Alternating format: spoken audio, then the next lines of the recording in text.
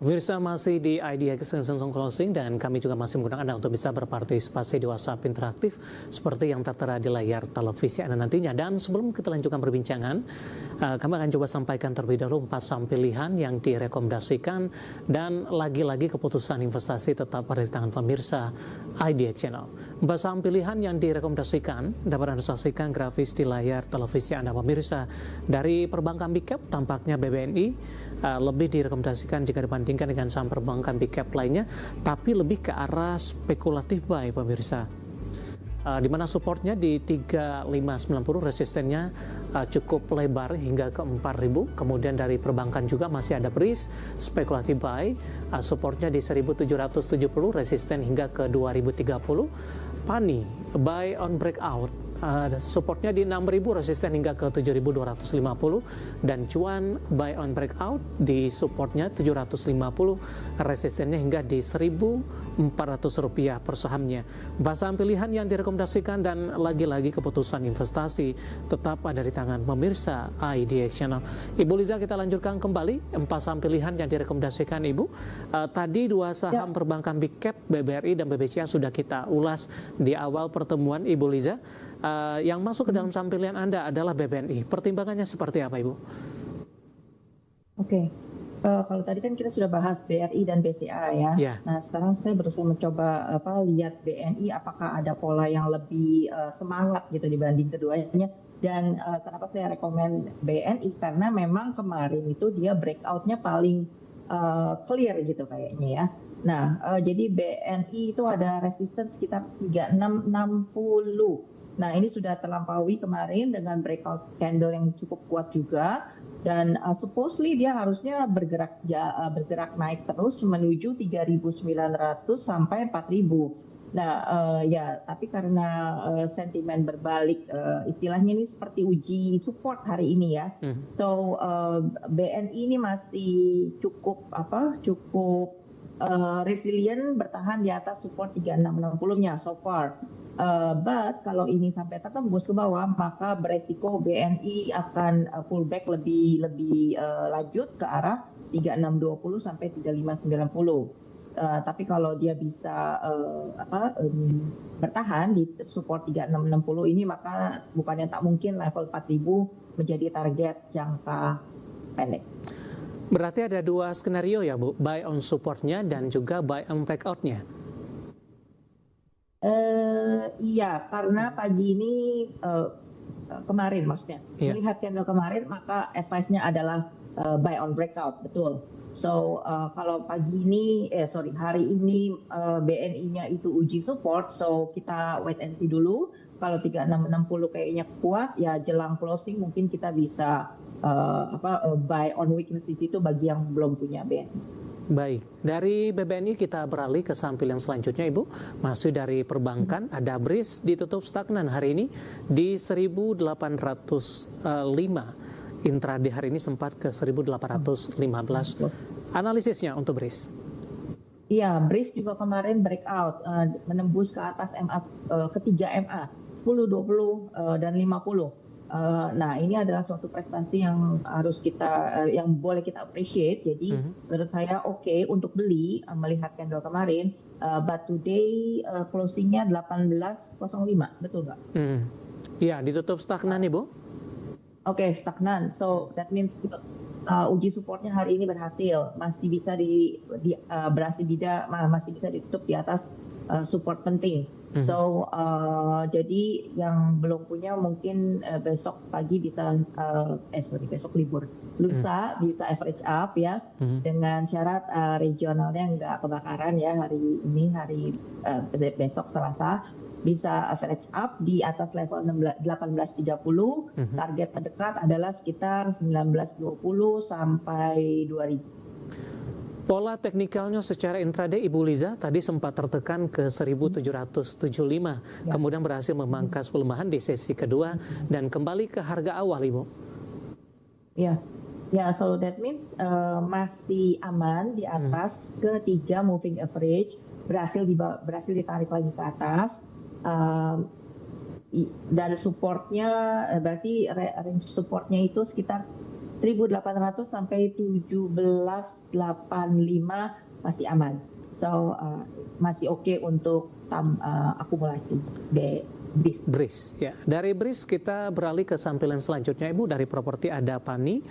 Rekomendasinya tadi adalah buy on breakout ini. Supportnya di 6.000, resisten hingga ke 7.250. Pertimbangan untuk PANI, Ibu, hari ini melemah di 1,23%, 6.025. PANI so far memang masih sideways. Jadi dia memang punya resisten yang cukup sulit. Mungkin di sekitar 6.100 sampai 6.200. That's why advice-nya adalah buy on breakout. Jika level tersebut sudah terlampaui, maka boleh beli PANI di level harga 6225, 6250. Target yang terdekat adalah di sekitar 6.600 and then 6.900, 7.000 gitu. Intraday hari ini sempat ke 6175, Ibu. Dari sisi support seperti apa? Penutupan hari ini di 6025, sekaligus intraday terendahnya hari ini. Angka bulat 6.000. Ini menjadi support psikologis, ya. Jadi kalau PANI closing di bawah 6.000, di bawah 5975 deh, maka ya kurangi posisi. Baik. Penutupan hari ini di 6.025, melemah di 1,23%. Dari PANI kita beralih ke saham pilihan yang terakhir, ada Cuan ini. Rekomendasinya juga sama, buy and breakout 750 hingga ke 1.400. Analisis untuk Cuan, Ibu Liza. Oke, untuk Cuan,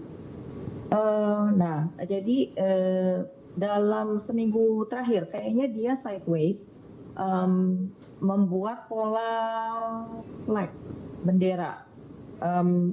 Karena sudah breakout sebelumnya di 12 Agustus, menunggu untuk lonjakan berikutnya ke arah 1.000.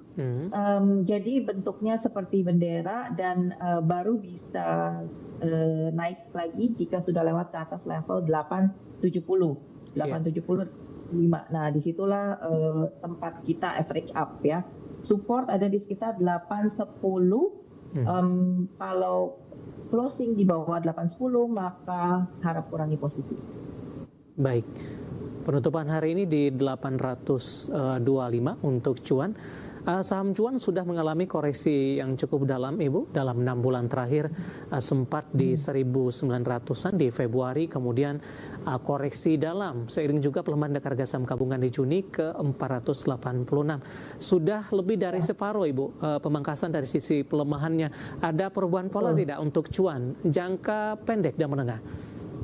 Betul, ada perubahan pola. Jadi dari sejak dia runtuh itu, dari sejak singgasananya di tahun 2025, itu kan tertingginya sekitar 2.800-an, hampir 3.000 ya. Nah, sudah mencapai bottom di angka 5, berapa ini terendah? Di bawah 500. Iya, 486 Ibu. Iya, pertama dia breakout. Dia sebenarnya sekarang sudah breakout ketika di 23 Juli itu. Sudah mematahkan tren turun pola channel. Nah, tapi sekarang ibaratnya sedang bottoming. Jadi dia sedang membuat dasar mangkoknya gitu. Nah, dia baru bisa ngejos kalau at least dia sudah berada di atas 1.000 sampai 1.050. Baru targetnya yang agak lumayan itu ke sekitar 1.400 sampai 1.500. 1.400, 1.500. Penutupan hari ini di 825, melemah di 1,20%. Intraday tadi sempat ke 855. Tampaknya Cuan hari ini juga terdampak aksi profit taking. 4 saham pilihan yang direkomendasikan pemirsa ada BBNI, BRIS, kemudian juga PANI dan Cuan, dan lagi-lagi keputusan investasi tetap ada di tangan pemirsa IDX Channel. Ibu Liza, kita hold kembali, Ibu. Saya akan coba sampaikan terlebih dahulu update penutupan perdagangan di sesi kedua hari ini dan juga beberapa informasi grafis yang berhasil dihimpun oleh tim redaksi kami. Dan pemirsa, di penutupan perdagangan di sesi kedua hari ini, indeks harga saham gabungan ditutup di zona merah, namun kabar baiknya adalah laju pelemahannya terpangkas di sekitaran 0,37% dan kembali diperdagangkan atau ditutup di atas level 6.500-an, tepatnya di 6.501.667. Secara intraday dibuka di zona hijau pada pagi tadi di 6.544, kemudian level terendah di 6.474, intraday tertinggi di 6.551.